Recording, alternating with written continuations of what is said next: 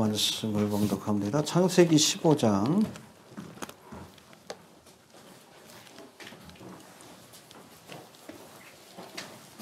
1절부터 21절까지 보겠습니다.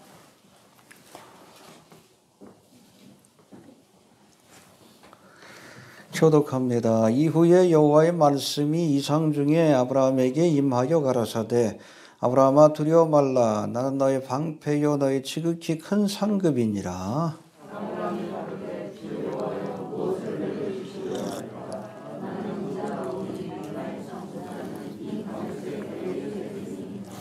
아브라함이 또 가로되 주께서 내게 씨를 아니 주셨으니 내 집에서 길리운 자가 나의 후사가 될 것이니이다.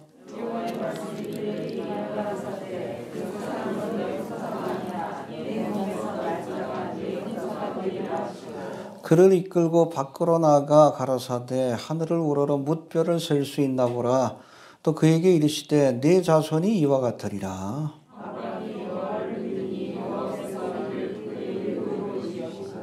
또 그에게 이르시되 나는 이 땅을 네게 주어 업을 삼게 하려고 너를 갈대아 우르에서 이끌어낸 여호와로라.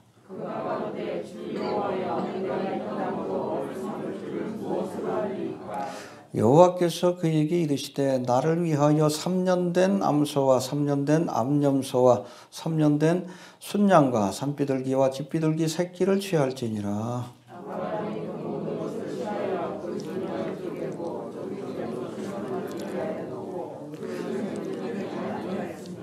솔개가 그 사체 위에 내릴 때에는 아브라함이 쫓았더라.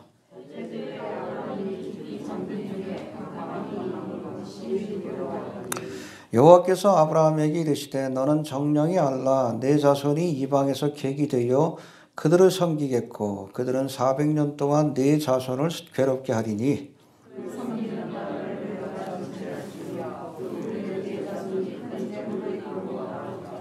너는 장수하다가 평안히 조상에게로 돌아가 장사될 것이요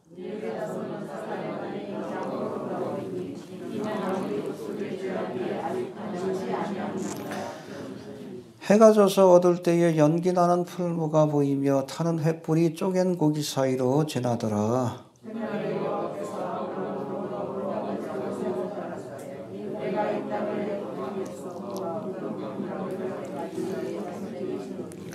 곧 겐 족속과 그니스 족속과 간몬 족속과 함께 봉독합니다. 아모리 족속과 가나안 족속과 기르가스 족속과 여부스 족속의 아멘. 해봅시다. 아브라함이 여호와를 믿으니 이르 그의 의로 여기셨다. 창세기 15장은 아브라함이 이제 북방한 그돌라오멜의 연합군을 물리치고 큰 승리를 거둔 뒤에 혹시 그들이 다시 반격해 오지 않을까 하는 두려움에 사로잡혔을 때에 하나님이 저에게 나타나서 주신 언약들에 관한 말씀이 기록되어 있습니다. 어찌 보면 이전에 주셨던 언약들을 다시 반복하십니다. 후사를 주겠다. 땅을 기업으로 주겠다. 할렐루야. 예. 그리고 그 언약의 징표로 이제 피의 계약, 횃불의 계약이라고도 하는데 짐승들을 쫙 쪼개놓고 그 사이를 지나가는 이 피의 계약을 맺는 장면이 등장하는데 아무튼 이 말씀도 우리가 살펴보기 전에 먼저 지난 시간에 배운 말씀들을 복습해 봅니다.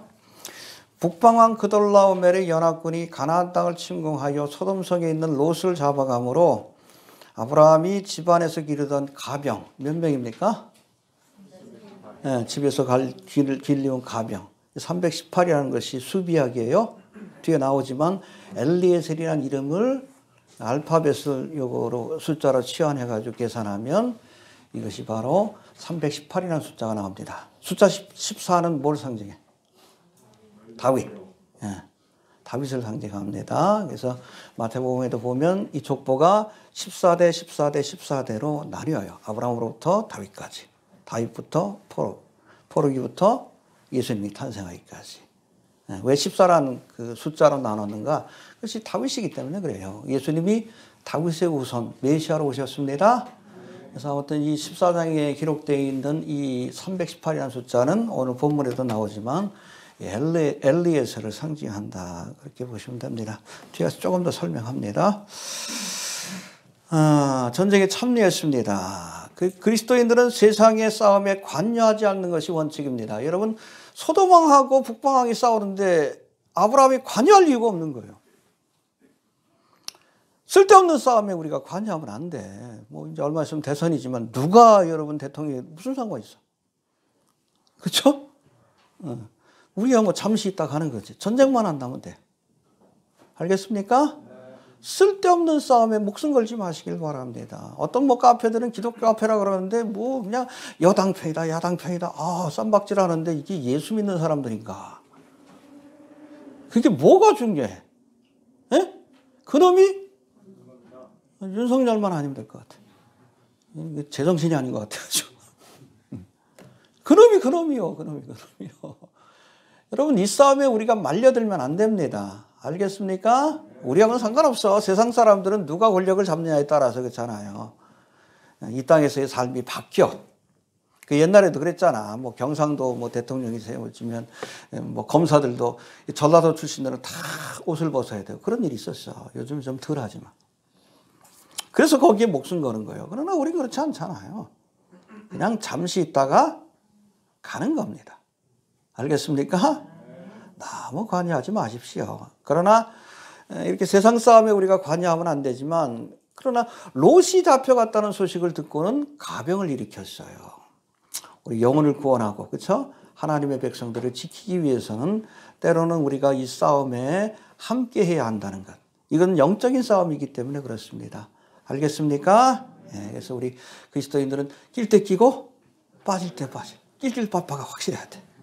알겠습니까? 쓸데없는 싸움에 말려들지 마시고 개싸움 하는데 가봐. 개한테 물리지. 이해가 되셔요? 그런 것도 슬쩍 지나가고 그러나 영혼을 구원하기 위한 그렇죠? 그런 싸움에는 우리가 함께 해야 한다는 것을 우리가 기억할 수 있게 되길 바랍니다. 자, 이처럼 북방한들을 물리치고 돌아오는 아브라함을 이제 두 왕이 영접하는데 누가 영접했습니까? 소돔왕 베라와 그리고 살레마, 예루살렘의 왕이죠. 멜기세덱이 영접했는데 이 소돔왕 베라는 악한 왕이고 뭐 베라는 이름 자체가 파멸자라는 뜻인데 적그리스도를 예표하는 왕입니다. 나중에 뭐 유황불의 심판을 함께 죽은 거예요. 알겠습니까? 예, 그런가 하면 이 살레망 멜기세덱은 누구를 상징합니까? 그렇죠. 살레망, 예루살렘의 왕, 평강의 왕. 할렐루야. 멜기 체덱. 그렇죠? 멜기라는 것이 왕이라는 뜻이고 체덱은 의의 왕. 예수님을 예표해요. 아무튼 멜기세덱이 떡과 포도주를 가져와서 대접할 때 이것을 기쁨으로 받고 이 멜기세덱에게 아브라함이 뭘 줬어요? 10의 1조를 드렸어요. 하나님의 종으로 인정했기 때문에. 할렐루야. 이 11조는 율법이 아니에요. 율법 이전에 주신 겁니다. 이해가 되십니까? 예. 그런가 하면 이 소돔왕은 악한 왕이요. 악한 왕. 이 소돔왕이 또 제안을 하죠. 야, 사람들은 나한테 돌리고 거기 있는 재물들은 네가 다 취해라. 사탄마귀가 천하만국의 영광을 보여주면서 재물로 미혹했듯이 똑같아. 근데 아브라함이 이것을 이런지하에 거절합니다. 여러분, 우리 하나님의 백성들은 악한 자를 멀리해야 합니다. 복 있는 사람은 죄인의 길에 오만한 자의 자리에 함께하지 않는 것이 복이에요. 소돔왕과 같은 악한 자들. 롯도 이 소돔성을 가까이 했다가 결국엔 패가 망신당했잖아. 악인들을 멀리하시길 바랍니다. 악인들을 멀리하고 누구를 가까이 해야 돼? 하나님의 사람 멜기세덱 의인들을 가까이 해야 돼. 해봅시다. 악인들을 멀리하고 의인들을 가까이 하자. 이게 지혜로운 삶이고 복된 삶입니다. 이해가 되십니까? 자, 이제 이어지는 말씀 15장의 말씀을 우리가 하나씩 살펴보면서 오늘 피해가 굉장히 중요한데 구약의 사건 중에 어떤 분은 이게 제일 중요하다고 얘기하기도 해요. 한번 좀 살펴봅니다. 먼저 1절 봅시다. 시작.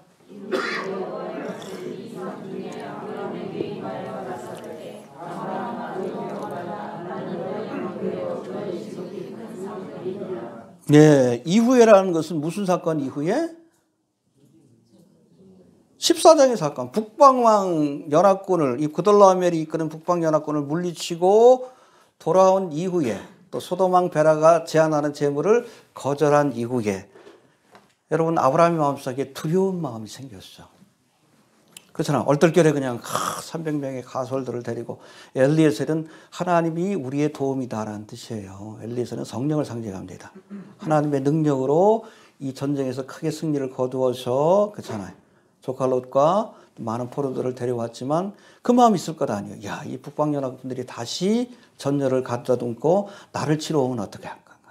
그런 두려움이 있는 거예요. 큰 승리 뒤에 두려움이 찾아왔습니다. 해봅시다. 큰 승리 뒤에 두려움이 찾아왔다.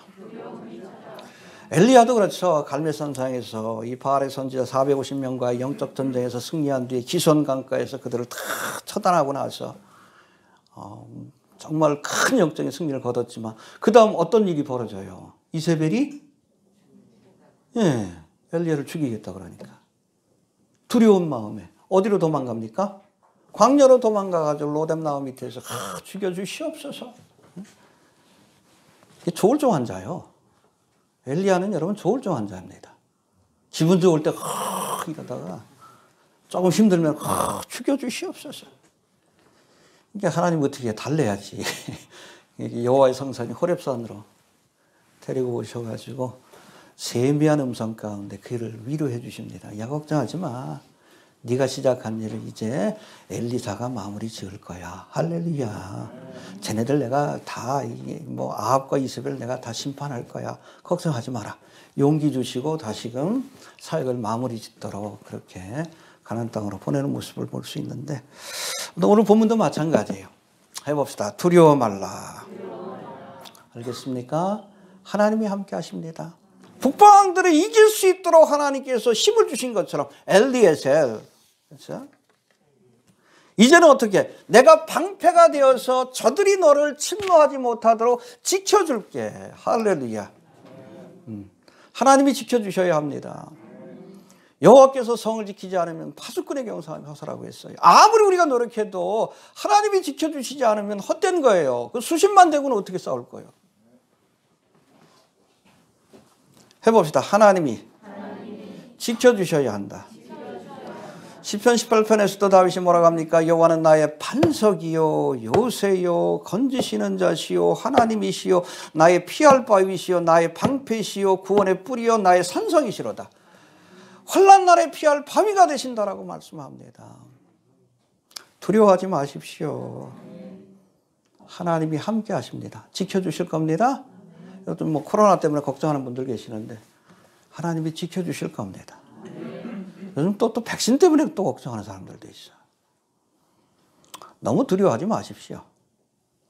제가 어제 그랬죠. 일부 교회에서 순복음교회에서 백신 접종하지 않은 분들은 또 교회 나오지 말라고. 그런 차별이 어디 있어? 신경 쓰지 말고 나오셔요. 그거를 썼더니 또 누가 댓글을 달았어. 제가 지워버려서 여러분도 모르시지만 비접종자들만을 위한 교회가 필요하지 않습니까? 누가 댓글을 썼어. 왜 그러냐 그랬더니 접종자들은 쉐딩 현상 그래가지고 그 사람들 옆에 있으면 비접종자들이 큰 병이 걸린대. 조심하셔요. 안 맞으신 분도 계시죠? 정신 차리라고 그랬어. 쓸데없는 두려움이에요. 근데 여러분, 사탄 마귀 이단들은 이 두려움을 통해서 사람들을 조종해요. 일루미나티들도 두려움을 통해서. 이단들도 두려움을 통해서. 근데 이 두려운 마음은 하나님 주신 마음이 아니에요. 악한 영이 역사할 때 마음에 두려움이 생깁니다. 믿음이 없을 때 마음에 두려움이 생겨요. 성령이 역사하면 평안과 기쁨이 넘칩니다. 죽을 때도 기뻐. 스데반처럼. 담대해져요. 두려워하지 마십시오. 죽으면 천국인데. 죽고 싶지 않아요? 나 은혜 받은 그 순간부터 죽고 싶었는데. 그렇잖아요. 삶에 대한 미련이 있습니까? 천국에 대한 은혜를 한번 받아보셔요. 짧은 순간이지만 그래요. 저도 참 예수님을 믿고 은혜 받았을 때 너무너무 좋아가지고 죽고 싶었어요. 그건 지금도 마찬가지요. 응? 무슨 미련이 있어? 뭘 두려워하십니까? 두려워하지 마십시오. 죽으면 천국인데 예수 믿지 않는 사람은 죽음을 두려워해야 돼. 본인들이 인정하든 인정하지 않든 지가 지옥 갈 거 아니까 두려운 거예요. 근데 하나님의 백성들은 안 그렇잖아요. 좋은 천국인데. 마라나타 그러죠? 아멘 주 예수여 오시옵소서. 아니면 내가 먼저 갈게요. 죽여주시옵소서. 그게 마라나타예요. 마라나타로 인사하잖아. 빨리 죽고 싶어요. 그건데. 그런 고백이 없으면 여러분들은 진정한 믿음을 갖고 있는지 스스로를 돌아봐야 돼. 왜 예수 믿어요? 잘 먹고 잘 살라고? 아니요. 잘 죽으려고. 이거 되십니까? 잘 먹고 잘 살고 싶으면 여기 나오지 마셔요. 저기 주식에 투자하고. 비트코인도 많이 올라가는데. 거기 투자하셔요. 안 가르쳐줘요, 저는. 잘 죽는 법을 가르칩니다. 두려워하지 마십시오. 네. 또 환난 날이 우리에게 방패가 되어 주십니다. 믿습니까? 네. 너무 코로나도 뭐 경제 위기가 온다 그러는데 너무 걱정할 거 없어. 감당치 못할 시험은 허락지도 않는다고 했어요. 그 전에 하나님께서 데려가실 겁니다. 이해가 되십니까? 예. 또 두려워 말라 하시면서 주신 두 번째 말씀이 내가 너의 상급이 되어줄 거다. 첫 번째는 방패가 되어줄 것이니, 그렇죠? 대적들이 몰려온다 해도 두려워하지 말아라. 근데 두 번째는 뭐라고 했어? 내가 너의 상급이 되어줄 거야. 1절 다시 봅시다. 시작.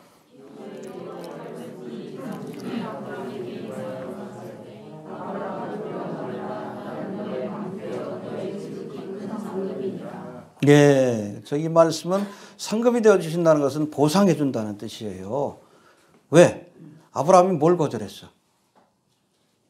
소돔왕 베라가 제안하는 많은 재물을 거절했어요. 그러니까 한편으로는 거기에 대한 섭섭함과 또 상실에 대한 두려움이 있었던 거예요. 그런 아브라함에게 걱정하지 마. 내가 갚아줄게. 내가 책임져 줄게. 믿습니까? 이거예요. 여러분, 아브라함이 느꼈던 첫 번째 두려움은 안위에 대한 두려움이에요. 적들이 다시 몰려오지 않을까. 그때 뭐라고 하십니까? 내가 방패가 되어줄게. 두려워하지 마라. 두 번째 두려움은 상실에 대한 두려움이에요. 여러분, 이 상실에 대한 두려움은 특별히 하나님보다 재물을 더 의지하는 사람들에게 나타나는 현상이에요.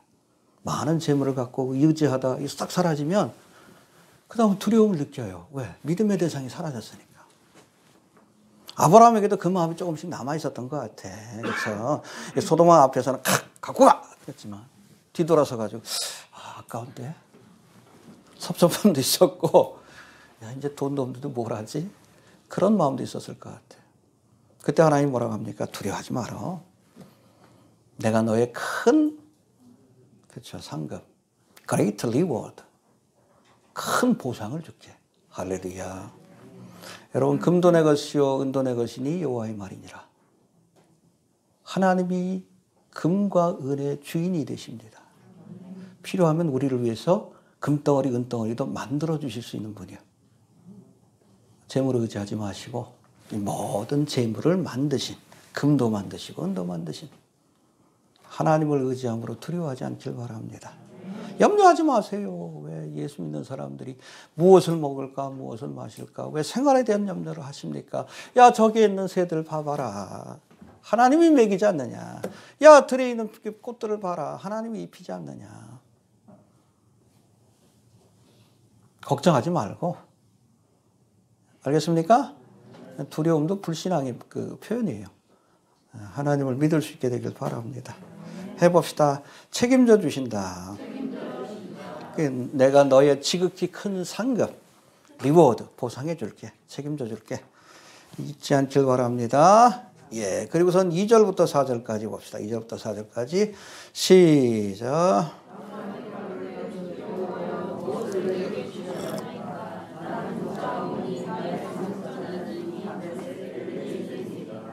아브라함이 또 가로되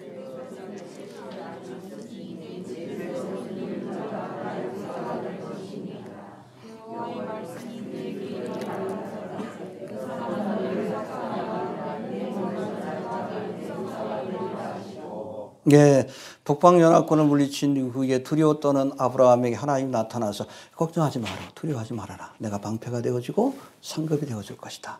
할렐루야. 그때 아브라함이 갑자기 또 따지듯이 하나님 앞에 물어요. 아, 지켜주시면 뭐래요? 재물을 주시면 뭐랍니까? 이 모든 것들을 이어갈 자식이 없는데, 후사가 없는데, 오랜만에 만나니까 지금까지 품고 있던 그런 그 불만을 하나님 앞에 터트린 거예요. 예? 아니, 후사를 주신다고 약속했는데 이러시면 안 되죠. 그런 거예요. 예. 아니, 그럴 바에 저기 저 엘리에셀을 내가 후사로 삼겠다고. 가장 신이 많은 종이니까 그래요. 그때 하나님 뭐라고 합니까? 아니야. 그 사람이 너희 후사가 아니라 내 몸에서 날 자가 내 후사가 되리라. 할렐루야. 이전에도 주신 말씀이지만 다시 한번 확인시켜 주시는 거예요. 알겠습니까? 이 엘리에셀은 특별한 인물이에요. 우리 아까 살펴봤듯이 14장 14절인가 거기 나오는 318이라는 숫자 자체가 엘리에셀을 상징하고 있고 그 이름의 뜻이 뭐예요? God is my helper. 하나님이 나의 도움자가 되신다. 헬퍼는 보혜사라는 뜻이에요. 성령을 상징합니다. 그래서 마태복음 창세기 24장에 보면 이제 아브라함이 이삭이 나이가 들어 장가를 못 가니까 또 가나안 여자하고 또 장가를 보낼 수는 없잖아요. 그러니까 하란 땅에 가서 친척에게서 부인을 데려오게 해요. 누구를 데려와? 리브가. 근데 아브라함이 직접 간 것이 아니라 가장 신이 많은 늙은 종을 보냈다고 했어요. 이게 엘리에셀이라고 얘기를 합니다.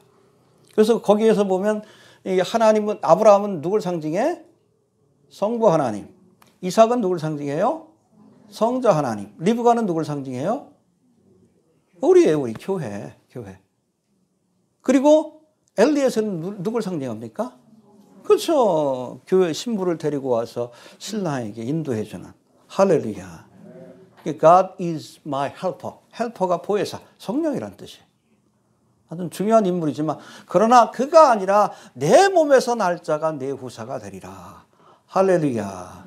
이전에도 주신 말씀이지만 자꾸 믿지 못하고 의심하니까 하나님께서 다시금 약속을 주신 거예요. 확인시켜 주신 겁니다. 여러분, 하나님께서 약속을 주셨으면 성취할 때까지, 이루어질 때까지 기다려야 합니다. 너희에게 인내가 필요하면 하나님의 뜻을 행한 뒤에 약속하신 것을 얻기 위함이다. 여러분, 약속을 주셨으면 언제까지 기다려야 돼? 그렇죠. 기다리지 못한 거예요. 중간중간에 이렇게 넘어지는 모습을 보입니다. 그래서 불평을 말하고 또 우리 다음 시간에 배울 16장에서는 또 하가를 통해서 이스마엘을 낳고 기다리지 못하고. 기다려야 돼. 기다리지 못하면 이스마엘이요. 다음 주 설교지만 이스마엘이 자자손손 아무튼 아브라함과 아브라함의 후손들을 괴롭혀. 불순종의 결과예요. 해봅시다. 기다려야 한다. 우리에게도 하나님께서 이 마지막 때에 주신 약속이 있어요. 구속받은 백성들에게. 무슨 약속? 그렇죠. 휴거에 대한 약속. 언제까지 기다려야 돼? 그렇잖아요. 오실 때까지. 간단하죠? 저한테 묻지 마셔요. 저도 뭐 사역을 10년 동안 하는데 언제쯤 오실까요? 모르지. 내가 안다 그러면 이단이지. 예수님도 모른다 그랬는데. 그날이 가까운 건 알지. 그렇죠? 시대의 징조를 보니까 종말에 관한 성경의 예언들이 다 실현되고 있고 이스라엘이 회복되는 모습을 통해서 그렇죠? 곡과 마곡 전쟁이 멀지 않은 모습을 통해서 머지않았구나. 또 어둠의 세력들이 뭐 이제 뉴월드 오더 난리 아니야 난리. 오징어 게임 봐. 앞으로 여러분 7년 더 하려면 그런 세상이 와요. 재밌게 봤지. 여러분들이 주인공이 됩니다. 인신제사 드릴 거예요. 공개적으로. 인가제국 때는 여러분 공개적으로 인신제사를 드렸어요. 여러분 7년 대환란 때 인신제사 드립니다. 원래 이게 뭐 인신제사 드린 건 얘네들의 전통이에요. 그래서 가나안 족속 하나님께서 다 진멸하라 그러신 거예요. 공개적인 인신제사 드릴 거예요. 그럼 그때는 여러분 기근이 옵니다. 인육을 먹게 될 거예요. 그때 예수 믿는 사람도 아마 거기 뭐 그렇게 될 가능성이 커요. 인신제사의 대상이다. 하여튼 무슨 얘기하다 그랬죠? 여하튼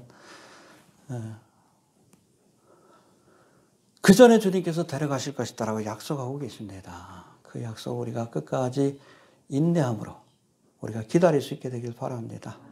얼마 남지 않은 것 같아요. 알겠습니까? 아무튼 인내하는 것이 믿음입니다. 자, 5절 봅시다. 5절 시작.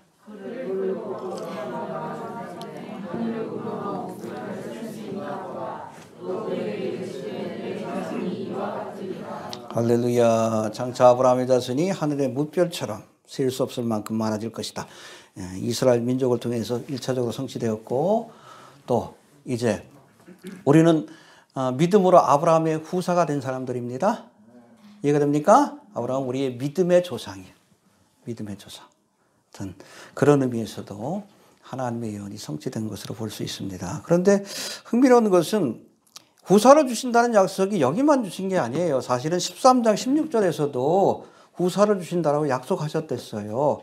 롯을 떠나보내고 나서 허전하니까 아브라함에게, 야, 섭섭해하지 마. 너한테 후사를 줄 거야. 가나안 땅도 너에게 줄 거야.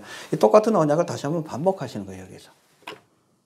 근데 그때는 여러분 무별을 바라보라, 별을 바라보라 그러지 않고 뭘 바라보라 그랬어요?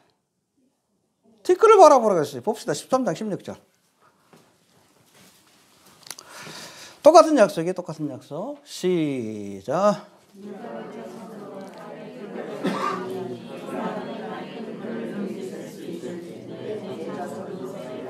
예, 언약의 내용 같아요. 셀 수 없이 많은 자손을 주시겠다. 할렐루야. 근데 여기는 13장에서는 뭐와 같이? 티끌과 같이, 티끌을 표징으로 보여주신 거예요. 티끌을 봐라. 내가 지킬 거야.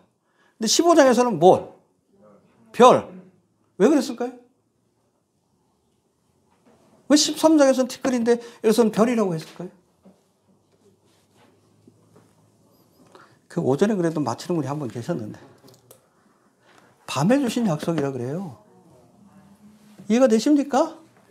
13장은 낮에 주신 약속이에요. 눈앞에 뵈는 게 뭐예요?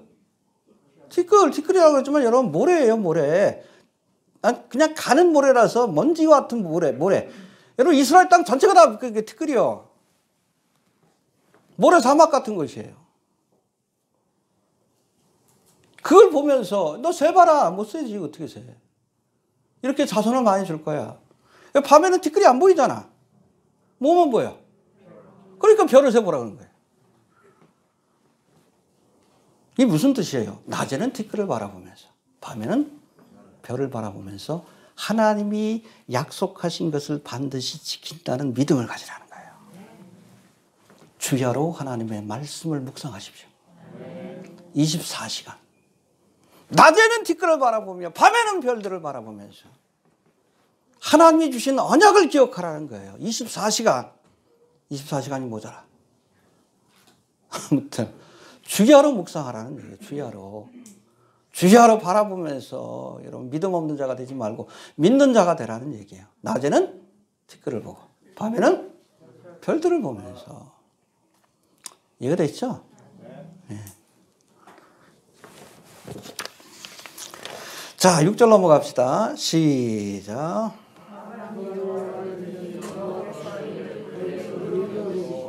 할렐루야. 이게 굉장히 우리가 구원받을 때 무엇으로 구원받습니까? 네, 바로 거기에 근거가 되는 말씀이에요. 아브라함이 여호와를 믿으니 하나님께서 이것을 의로 여기셨다. 여기셨다는 게 중요해요. 의로운 사람이 아니에요. 아브라함의 이전 행적을 보세요. 얼마나 허물이 많아. 얼마나 형편없는 사람이에요. 이후로도 그렇잖아. 그러나 아브라함의 믿음을 하나님께서 의롭게 여기신 거예요. 하나님을 믿으니. 구체적으로 하나님의 언약을 믿으니. 할렐루야. 오늘날에도 마찬가지예요. 이신칭유라 그러죠. 구원의 도리에 있어서 가장 중요한. 우리가 믿음으로 말미암아 의롭다함을 얻는다. 할렐루야. 누구처럼? 그렇죠. 아브라함처럼 형편없는 사람도 하나님을 믿으면, 아브라함처럼 형편없는 사람도 하나님의 언약을 믿기만 하면 의롭다라고 인정해 주시고, 그런 사람에게 가나안 땅을 유업으로 주시는 거예요. 천국을 주시는 겁니다. 예수 믿으십시오.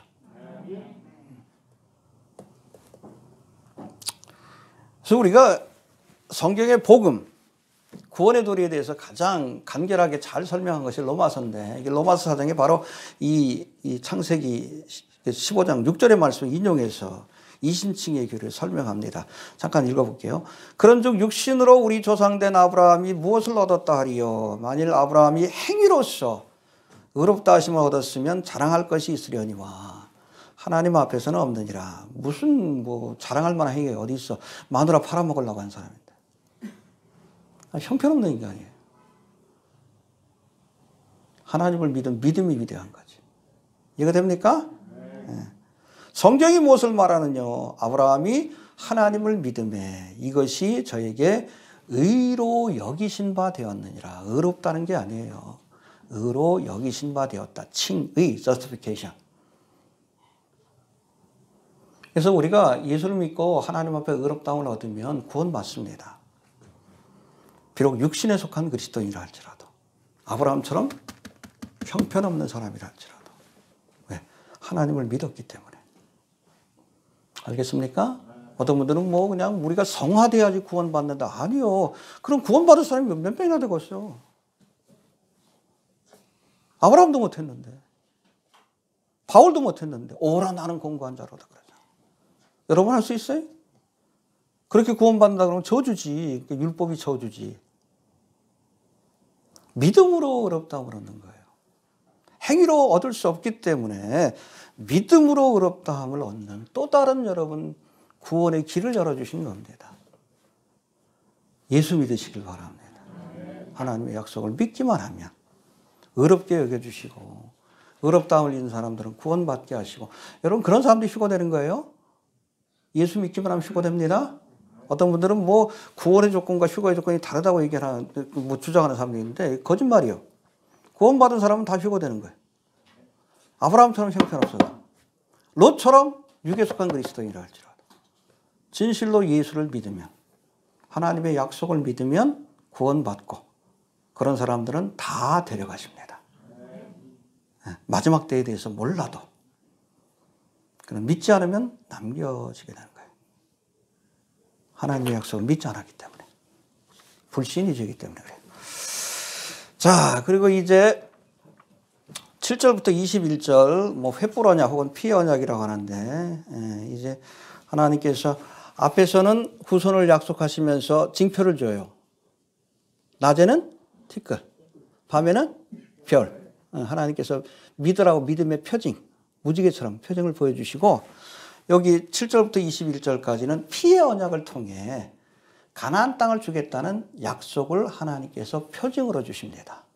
근데 첫 번째 표징은 하나님이 자발적으로 주신 것이고 두 번째 표징은 아브라함이 요구해서 주신 거예요. 피의 언약을 맺는 장면이 나오는데 구체적으로 한번 살펴봅시다. 7절, 8절 시작.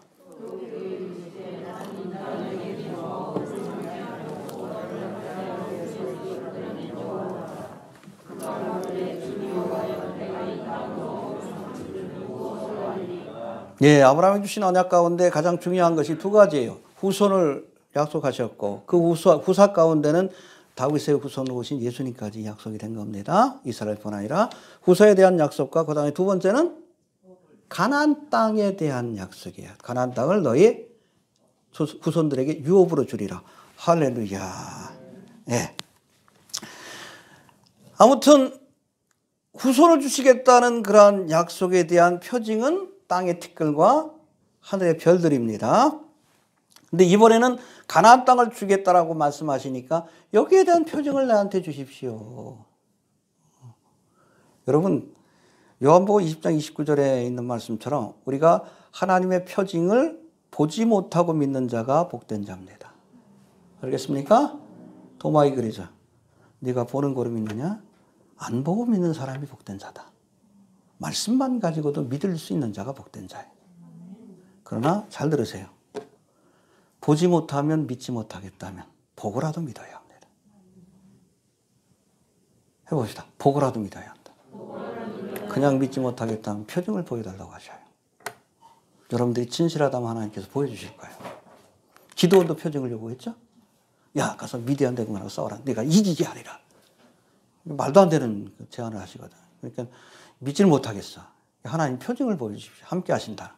여기 양털이 있으니까 내가 타작마당에다 나눌 테니까 다른 데는 이슬이 내리지 않고 여기만 이슬이 내리게 하옵소서. 아침에 보니까 정말 그렇게 됐어요. 쭉 짜보니까 양동이가 하나 물이 나올 정도로. 그러고 믿었죠? 안 믿었어. 그러고도 안 믿고 또다시 표징을 요구하지.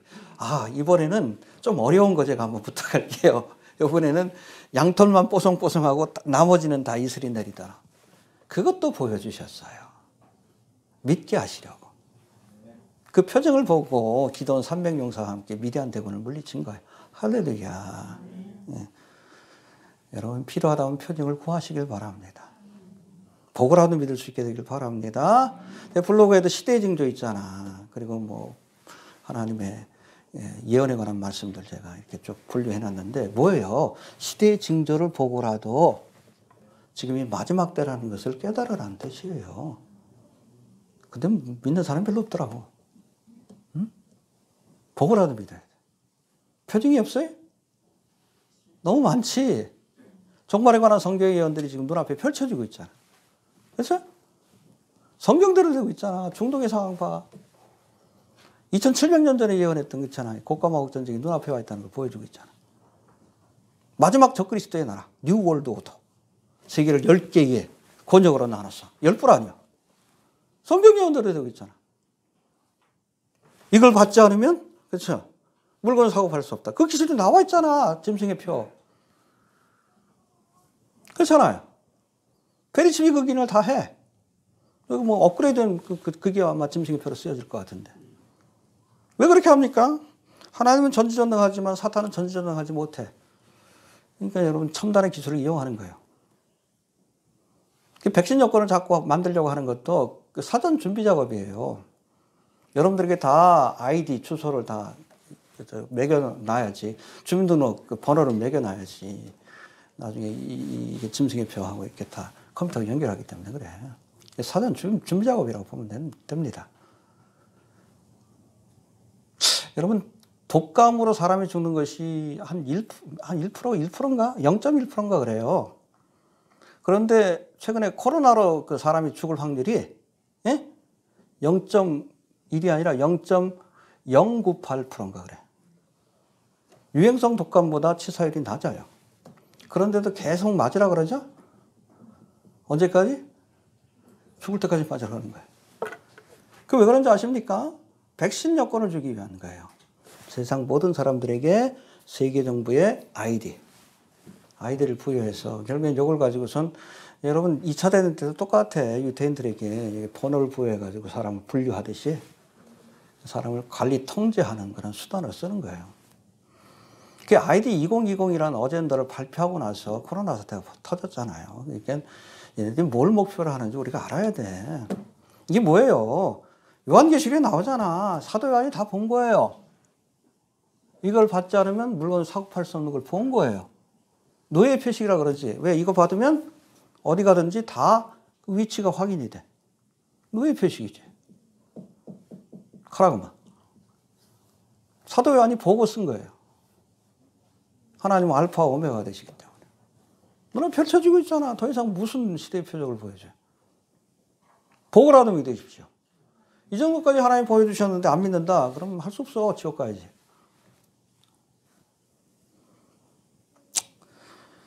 아무튼 표적으로 보여주신 것이 횃불의 언약입니다. 알겠습니까? 그 구체적인 과정을 보여줍니다. 우리 9절 10절 시작.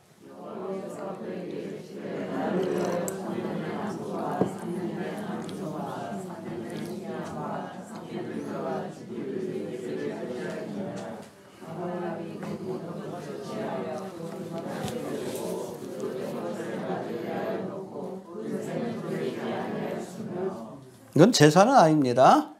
왜냐하면 제단이 없어요. 불태워드리는 게 아닙니다. 언약을 맺는 거예요. 두 사람이 계약을 맺을 때 이거를 여러분 그 피의 언약이라고 얘기를 합니다. 중동 지역에 있었던 가장 구속력이 강한 언약이에요. 이게 어떻게 하냐면 짐승들을 잡아가지고 양쪽으로 딱 쪼개놔요. 딱 쪼개가지고 반으로 이렇게 딱 갈라놓습니다. 그럼 피가 흘러내리죠? 그 피가 흐르는 그 사이를 계약의 당사자인 두 사람이 지나갑니다. 지나가면 그게 무슨 의미가 되냐면 이 계약을 어기면 이 짐승들처럼 죽을 겁니다. 이게 피의 언약이에요. 가장 구속력이 강합니다. 어기면 죽는 거예요. 이 언약을 통해서 반드시 가나안 땅을 주겠다는 약속을 지키겠다 라고 말씀하신 거예요. 할렐루야. 해봅시다. 피의 언약이다. 예. 그래서 어떤 주석을 보면 오늘 본문의 광경이 아브라함이 하나님께 짐승을 잡아 제사를 드리는 모습으로 해석하는 그런 해석도 있는데 참 이거는 제사와는 상관이 없습니다. 제사하면 뭐가 있어야 돼? 제단이 있어야지. 제물을 불태워 드려야 합니다. 근데 그 과정이 없어요. 알겠습니까? 하나님께 제사한 게 아니에요. 피의 계약을 맺은 겁니다. 이거는 그 당시에 중동 지역의 모든 사람들이 계약을 맺을 때, 특별히 정말로 목숨 걸고 지켜야 될 계약을 맺을 때는 이렇게 했습니다. 피의 계약이라고 합니다. 해봅시다. 피의 언약이다. 예. 근데 여기 보니까 10절에 보면 아브라함이 이제 하나님이 지시한 대로, 그러니까 하나님께서 9절에서 이 언약을 맺을 준비를 하라고 명령을 내린 거예요. 그런데 여기 10절에 보니까 10절을 아브라함이 하나님이 지시하신 대로 암소와 암염소와 순양은 반으로 쪼개가지고 펼쳐놨어요. 그런데 어떤 이유에서인지 모르지만 산비둘기하고 집비둘기는 쪼개지 않고 그냥 놔놨어. 이걸 하나님께서 기뻐하지 않았다는 거예요. 알겠습니까? 왜 비둘기들을 그냥 놔뒀을까? 그래서 뭐 주경가들 가운데는 뭐 두 가지 해석이 있어요. 어떤 주경가는 레위기 1장 14절에 보면 하나님 앞에 제사를 드릴 때 비둘기와 같은 작은 거는 그냥 통째로 드리도록 되어 있습니다. 근데 잘 들으세요. 이건 제사가 아니에요. 계약을 맺는 거기 때문에 작은 비둘기를 할지라도 쪼개놔야 되는 거예요. 근데 안 한 겁니다. 이해가 됩니까? 또 어떤 주경가들은 여기에서 비둘기는 좀 코미디 같은데 성령을 상징하기 때문에 쪼갤 수 없대. 그것도 좀 구차하지. 예. 근데 여러분, 여기서 10절에서 새를 쪼개지 않았다는 설명을 하는데 11절하고 이어지는 말씀을 보면 11절에 보면 솔개가 그 사체 위에 내렸다는 말씀이 나오고 또 이어지는 말씀을 보면 아브라함에게 큰 두려움이 임해서 이제 장차 이스라엘이 400년 동안 포로 생활을 할 것에 대한 예언. 어떻게 보면 저주에 가까운 예언의 말씀이 나옵니다. 하나님이 이 비둘기를 쪼개지 않은 그 사건을 기뻐하지 않으셨음을 우리가 짐작할 수 있는 말씀이에요. 이해가 됩니까? 그렇다면 과연 아브라함은 다른 짐승들과는 달리 왜 새는 쪼개지 않고 통째로 벌려놓았을까? 왜 그랬을 것 같아요?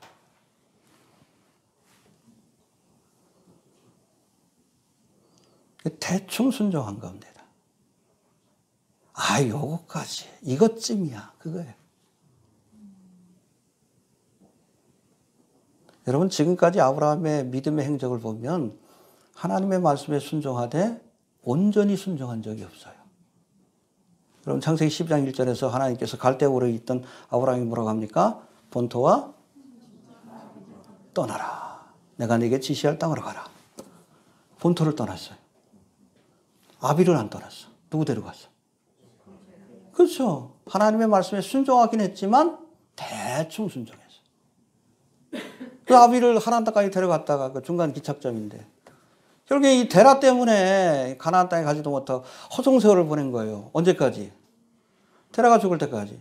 죽어도 못 가! 죽을 때까지 기다려야지. 온전히 순종하지 않았어요. 그리고 하란 땅에서 가나안 땅으로 올 때도 그때도 누굴 데려옵니까?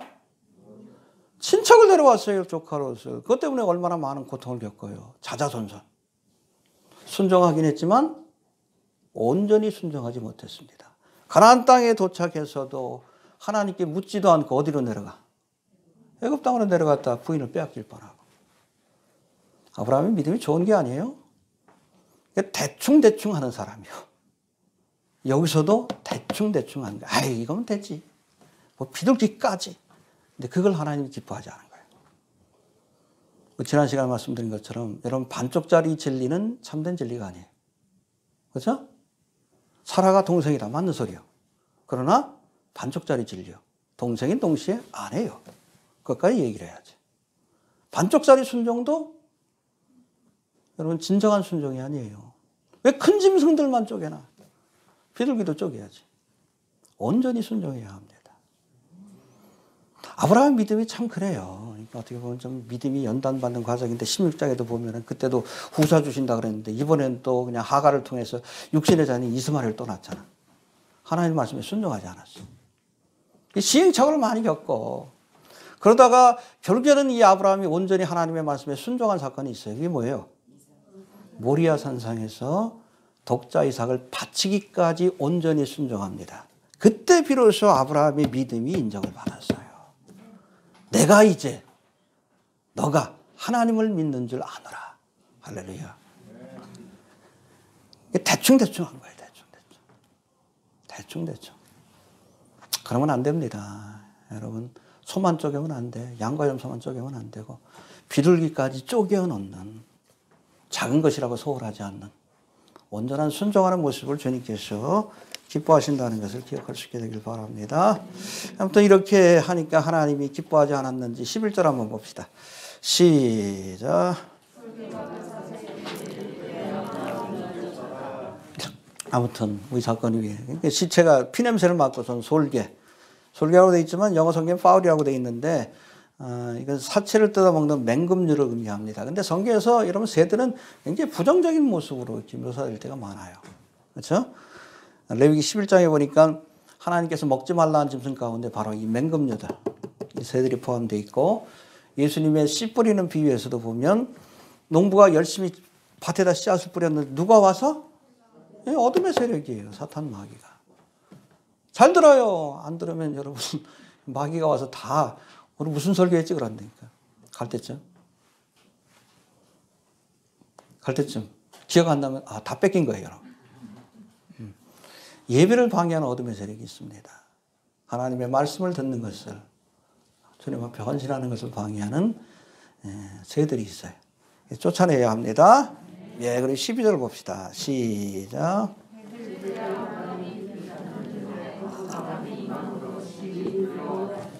예, 갑자기 캄캄함이 임함으로 심히 두려워하였다.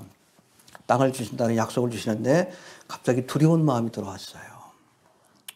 이걸 직역하면 이 캄캄함이 임하여 심히 두려워하더라.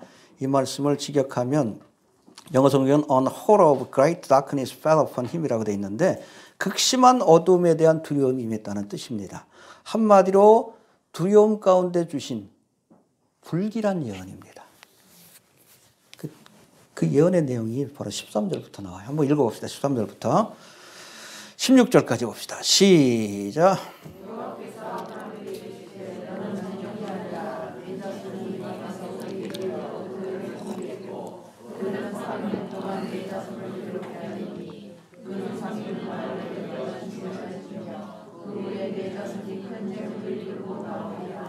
너는 장수하다가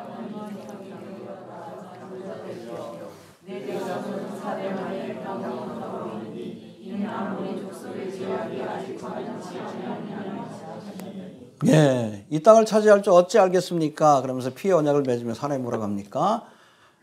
이제 너희 후손들이 이 땅을 차지할 것이다. 그러나 그 전에 먼저 400년 동안 애굽에 종살이 한다는 얘기예요. 지금 저주에 가까운 말씀인데. 그렇죠? 그 후에 비로소 돌아와서 이 땅을 유업으로 얻게 될 것이다. 알겠습니까? 그래서 하나님께서 왜 곧바로 이스라엘 백성들에게 가나안 땅을 주지 않고 이 400년 동안 애굽 땅에서 그렇게 종살이를 하는 고난의 시간을 겪게 했는지 여기 한 4가지 원인을 우리가 생각해 볼 수 있습니다. 첫 번째는 이 400년의 종살이 기간은 이스라엘 백성들이 가나안 땅을 얻기 전에 신앙적으로 연단을 받는 기간입니다. 해봅시다. 연단을 받는 기간이다. 잘 들으세요. 하나님께서는 우리에게 축복을 주시기 전에 또는 사명을 맡기시기 전에 반드시 연단하십니다. 알겠습니까? 그래서 여러분 불과 같은 시험과 연단이 올 때 낙심하지 마십시오. 기뻐하십시오. 뭘 주시려고 이러시나? 그렇죠? 모세에게 여러분 출애굽의 사명을 맡기기 위해서 몇 년 동안?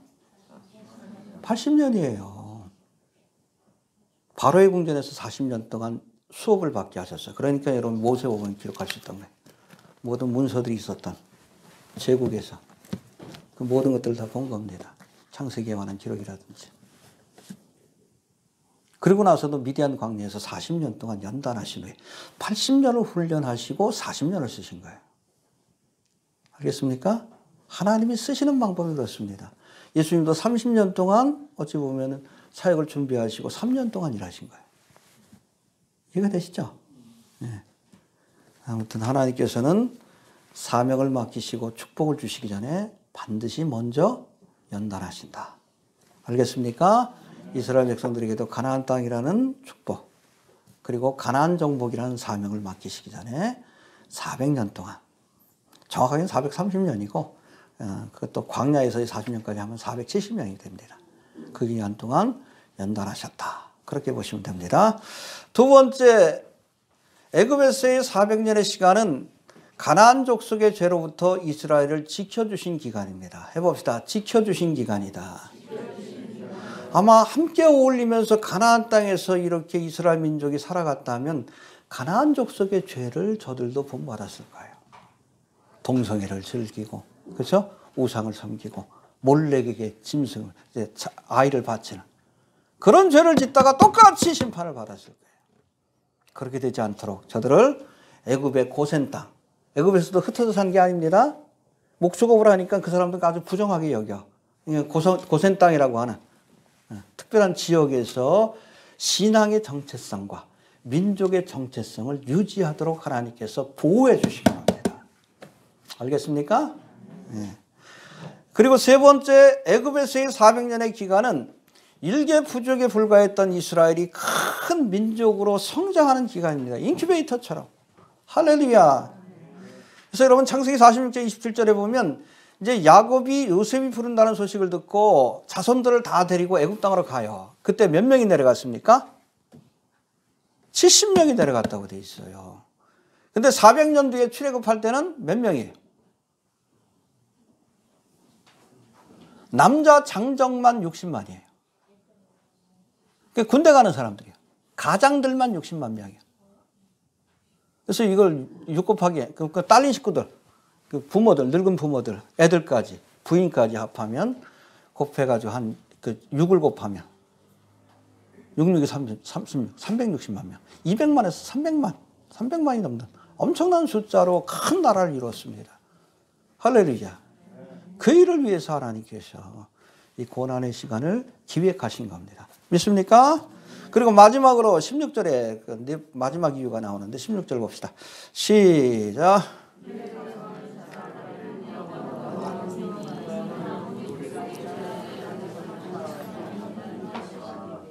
예, 아모리 족속은 가나안 족속의 대표입니다. 가나안 족속들의 죄가 관영치 않았기 때문에 400년의 시간을 주신 겁니다. 회개할 기회를 주신 거예요. 400년 동안. 알겠습니까? 끝까지 회개하지 않으니까 심판하신 거예요. 노아의 홍수 심판 이전에도 그렇잖아요. 에녹이 누구를 낳았죠? 65세에 무두셀라를 낳았는데, 무두셀라 이름의 뜻이요. 뜻이 뭐예요? 그가 죽으면 심판이 내려진다.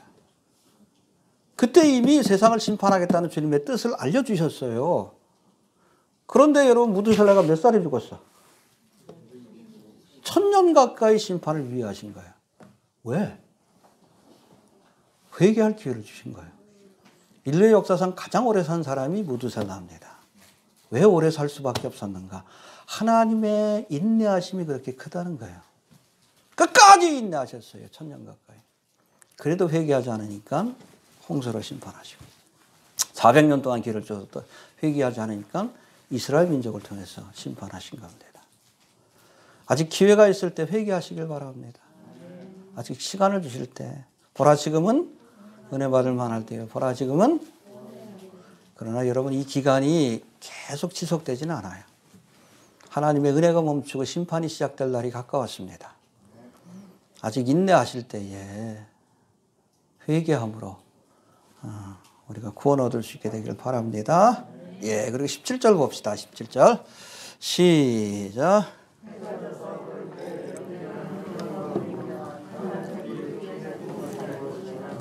예, 이제 해가 져서 어두울 때 짐승들을 쪼개놨죠? 이제 쪼갠 그 짐승들, 피가 흐르고 있는 거예요. 쫙 쪼개놓으면은 피가 그 가운데 쭉 흘러내립니다.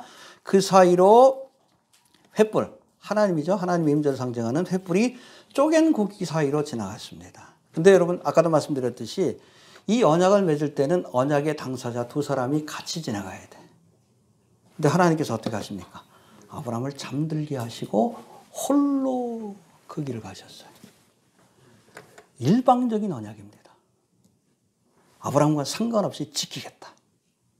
할렐루야. 해봅시다. 일방적인 언약이다. 아무리 아브라함이 개차반이고 아브라함의 후손이 이스라엘 백성들이 개차반이라도 하나님은 약속하신 것을 지키겠다라고, 내가 목숨 걸고 하나님이 살아계신 한 내가 그들에게 이 가나안 땅을 주리라는 이 약속을 지키겠다라고 일방적으로 약속하신 겁니다. 그게 은혜예요. 여러분, 신약으로 넘어오면 이게 구약의 피의 언약인데 또 다른 피의 언약이 있어요. 여러분, 이 아브라함에게 주신 피의 언약은 뭘 주시겠다는 언약입니까? 가나안 땅을 주시겠다는 언약. 신약에 또 다른 피의 언약이 있어요. 십자가를 통해서 이루신 피의 언약인데 이것도 일방적인 언약이에요. 뭘 주시기 위한 언약이에요? 천국을 주시기 위한. 이해가 됩니까? 네. 근데 이 언약은 우리의 행위와는 상관없이 일방적으로 주신 언약입니다. 우리는 믿기만 하면 돼요. 아브라함과 상관없이, 이스라엘과 상관없이 내가 이 언약을 지키겠다. 하나님이 피의 언약을 맺으셨어요. 그래서 예수를 믿기만 하면 구원받는 거예요. 하나님이 그렇게 언약하셨기 때문에 그렇습니다. 아직도 예수를 믿지 못하시는 분들이 계시다면 피로 맺으신 주님의 언약을 기억하면서 믿기만 하십시오.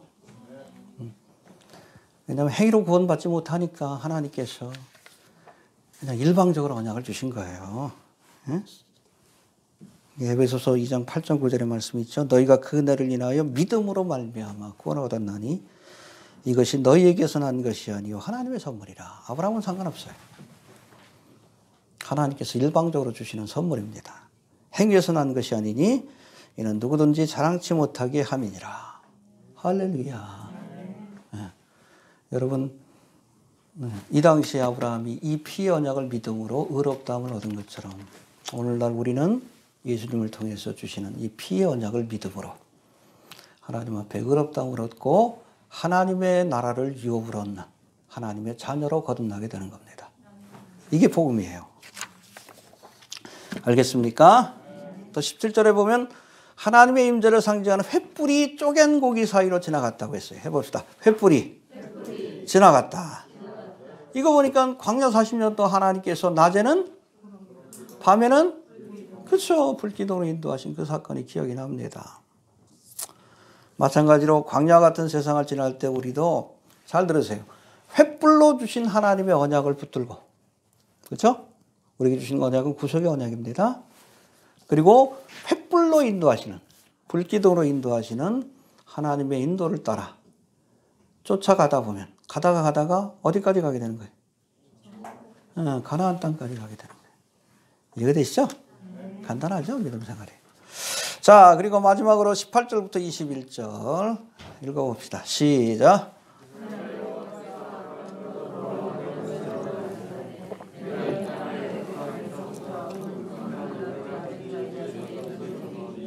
곧 겐 족속과 그니스 족속과 간몬 족속과 헷 족속과 브리스 족속과 르바 족속과 가나안 족속과 기르가스 족속과 여부 족속의 여기 보니까 후손들에게 허락하신 땅이 어디부터 어디까지예요? 애굽강에서부터 유브라데 강까지. 애굽강이 무슨 강입니까? 나일강. 그 영토가 굉장히 큰 겁니다. 굉장히 커요.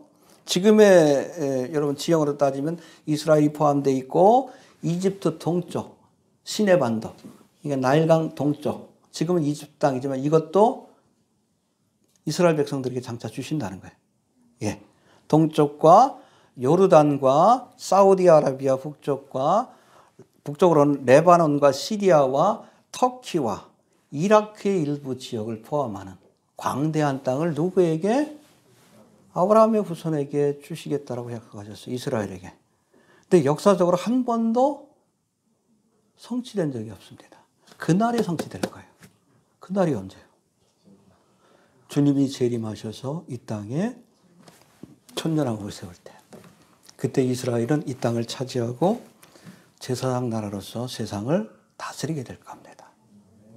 우리는 왕국의 권세를 가지고 그리스도의 신부로서 이 땅을 다스리게 될 거예요. 할렐루야. 이해가 되시죠? 그날에 성취될 겁니다. 그래서 아직 성취되지 않은 예언은 폐기된 게 아니에요. 왜? 하나님은 거짓말을 못하기 때문에. 미래의 종말의 사건 때 성취될 예언이다. 그렇게 보시면 됩니다. 우리가 예언을 연구할 때도 그래요. 이게 신구약에 여러 예언들이 있는데 이미 성취된 예언들은 뭐 성취된 것이고 아직 성취되지 않은 예언들은 미래적 사건입니다. 근데 하나님은 거짓말을 못하기 때문에 반드시 그 예언이 성취된다는 것을 믿을 수 있고 또 그런 증거들을 지금 우리가 보고 있는 거예요. 성경의 예언대로. 그렇죠? 세상이 심상치 않죠? 어둠의 세력들이 득세하고 있죠? 우연히 일어났다고 생각하면 아니에요. 성경의 말씀대로. 하나님은 알파와 오메가가 되십니다. 우리에게 역사는 현재지만 하나님은 과거와 미래가 같아요. 하나님의 시간의 개념입니다. 다 보고 계십니다. 다 보고 계셔요. 알려주시고 여하튼 어느 정도까지 본지 모르지만 제가 보기에는 인류의 마지막이 가까웠고 또 우리 구속의 날이 가까웠더라고. 이런 시대의 표적들이 우리에게 말씀해 주고 있습니다. 깨어날 수 있게 되길 바랍니다. 정리합니다. 북방왕들과의 싸움에서 큰 승리를 거두었지만 이내 두려움에 쌓인 아브라함에게 하나님이 나타나셔서 내 후손들을 하늘의 별과 같이 많게 할 것이요 가나안 땅을 그들에게 유업을 줄 것이다라고 말씀하십니다. 그리고 이 언약을 듣고도 믿지 못하는 아브라함에게 하나님은 짐승을 쪼개어 그 사이를 지나가는 피의 언약을 통해 반드시 아브라함의 후손들에게 가나안 땅을 유업으로 주실 것이다라는 일방적인 약속을 주십니다. 할렐루야. 그래서 아브라함의 후손들에게는 가나안 땅을, 오늘 예수님을 통해서 또 다른 피의 언약을 맺은 우리에게는 그렇죠? 영적인 가나안 땅인 천국을 유업으로 주시겠다라고 약속하고 계십니다. 할렐루야. 아무튼 아브라함에게 가나안 땅을 주시겠다는 피의 언약을 주신 것처럼 오늘 우리에겐 누구든지 예수를 믿으면 구원을 받는다는, 천국을 유업으로 얻는다는 또 다른 피의 언약을 주셨는데 우리 모두가 이 피의 언약을 믿고 하나님의 나라를 유업으로 얻는 하나님의 백성들이 되어주시길 바랍니다. 주신 말씀 붙들고 잠깐 기도합니다. 하나님 은혜를 감사합니다. 오늘도 주의 전